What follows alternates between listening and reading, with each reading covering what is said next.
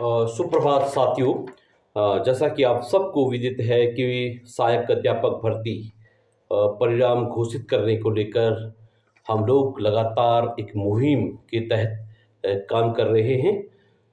आपने देखा दोस्तों किस प्रकार से न्यायिक प्रक्रिया के तहत न्यायालय में जो हमारा विषय है वह विचाराधीन है। साथियों, इसी विषय से संबंधित आप लोगों के लगातार मुझे जो आपकी जिज्ञासाएं हैं, आपके प्रश्न हैं, लगातार मुझे व्हाट्सएप मैसेज, फेसबुक, इंस्टाग्राम, तमाम सोशल मीडिया के माध्यमों से प्राप्त हो रहे हैं। साथियों, मैं आप लोगों के कुछ प्रश्न ले रहा हूं जो इस प्रकार से हैं। सर, सहायक अध्यापक भर्ती के परिणाम को लेकर आपको क्या लग रहा है?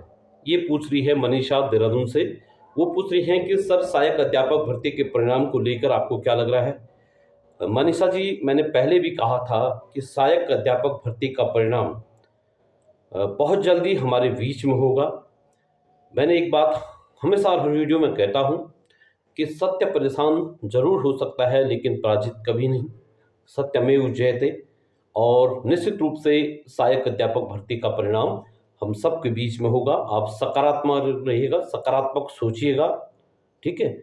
और इस प्रकार से बहुत जल्द रिजल्ट हमारे पक्ष में होगा, ठीक है। अगला क्वेश्चन पूछते हैं, ये है मानसी जो है पिथौरागढ़ से।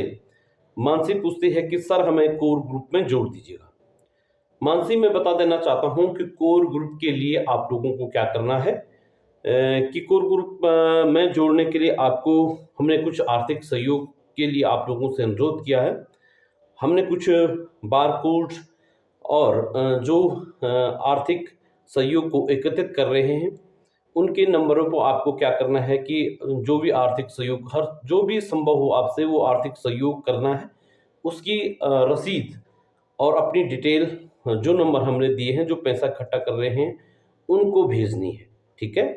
उसके बाद क्या करेंगे कि जो पैसा इकट्ठा कर रहे हैं, जो उनकी ही जिम्मेदारी है आप लोगों को कोर ग्रुप में जोड़ने की। बाकी यह अधिकार किसी के पास नहीं है कि जो आपको कोर ग्रुपों में जोड़े। कोई भी ग्रुप का एडमिन को भी यह अधिकार नहीं है कि वो केवल वही जोड़ सकते हैं जो लोग इस पैसा को इकट्ठा कर रहे हैं, और आप अपनी रसीद, अपनी डिटेल वहां देंगे तो वो आप लोगों को कोर ग्रुप में जोड़ देंगे।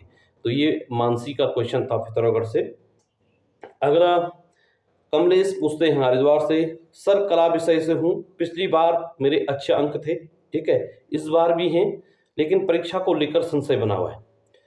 कमलेश जी, पिछली बार कला विषय की परीक्षा निरस्त हुई, उसके क्या कारण रहे हैं इस पे मैं थोड़ा सा नहीं जाना चाहूँगा, लेकिन इस बार आप बिल्कुल सकारात्मक रहिएगा।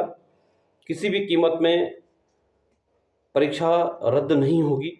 बहुत जल्दी जो है परिणाम हमारे सम्मुख होगा, इस बात का हम आपको विश्वास दिलाते हैं और आप निश्चित रूप से सफल होंगे कमलेश जी। इस बात का 101% आप क्या है कि विश्वास मानेगा। अगला क्वेश्चन पूछा है पंकज ने गोचर से। वो पूछते हैं कि सर, डीएलएड करने से कोई फायदा है? देखिएगा, डीएलएड करने से आप हर चीज़ को फायदे से मत देखिएगा कि डीएलएड करने से फायदा तो है ही। आप लोग जिस प्रकार से इस बार प्राथमिक विद्यालयों में शिक्षकों की नियुक्ति हुई है, उससे डीएलएड वालों का जो है प्राथमिक शिक्षा में स्वर्णिम अवसर तो मुझे नज़र आ रहा है।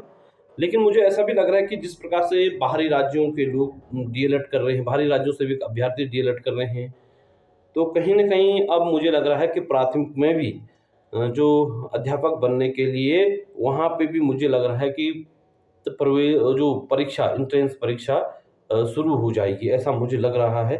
बाकी कंफर्मेशन तो कुछ है नहीं, लेकिन मुझे ऐसा लग रहा है जब भीड़ ज़्यादा हो जाएगी, तो जैसे एलटी में है वहाँ भी ऐसे ही हुआ। तो ये क्वेश्चन था पंकज का गोचर से। आप कीजिएगा, अगर आपकी उम्र है तो निश्चित रूप से आप डीएलएड कीजिएगा। अगला नेहा पूछती है कि सर, मैं बीएड की अभ्यर्थी हूं और मैं निकट भविष्य में सहायक अध्यापक की तैयारी करना चाहती हूं, कृपया मुझे पाठ्यक्रम के बारे में बताइएगा। नेहा जी, सहायक अध्यापक का पाठ्यक्रम क्या है कि बदलता रहता है।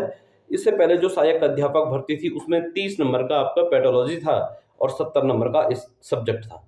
इस बार की जो सहायक अध्यापक भर्ती हुई है, इसमें उन्होंने 50 नंबर का शिक्षण अभिरुचि डाल दिया है, जिसमें आपका मैथ्स रीजनिंग हो गया, हिंदी हो गया, और जो है कि मैथ्स रीजनिंग हो गया, पेडोलॉजी हो गया, पेडोलॉजी है।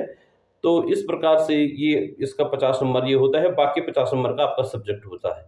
ठीक है? तो ये आप जब तैयारी करेंगे तो उसमें आपको पाठ्यक्रम स्पष्ट रूप से दिखेगा। अगला एक निजी प्रश्न पूछ दिया इन्होंने फिर। ये कह रहे हैं कि सर आप अच्छा भाषण देते हैं, ठीक है? इनका नाम भी मैं सार्वजनिक नहीं करूँगा।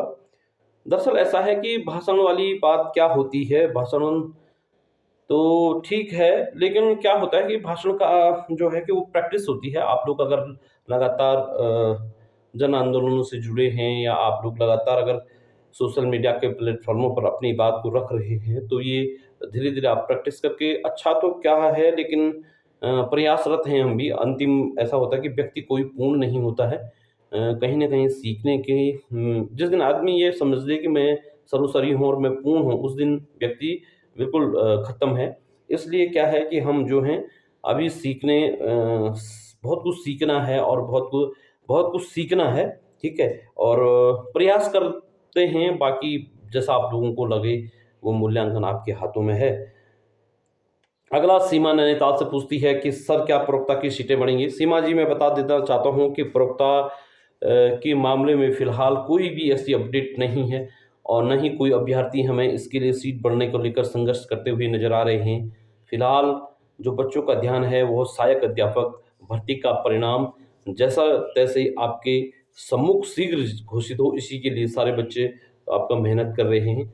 साथियों, अगर आप लोगों के भी सहायक अध्यापक भर्ती से संबंधित या अन्य विषय से कोई भी सवाल हैं, तो आप बिल्कुल बेबाकी से पूछ सकते हैं। आपसे विदा लेता हूँ, फिर कल एक नई वीडियो के साथ मिलेंगे। नमस्कार, धन्यवाद।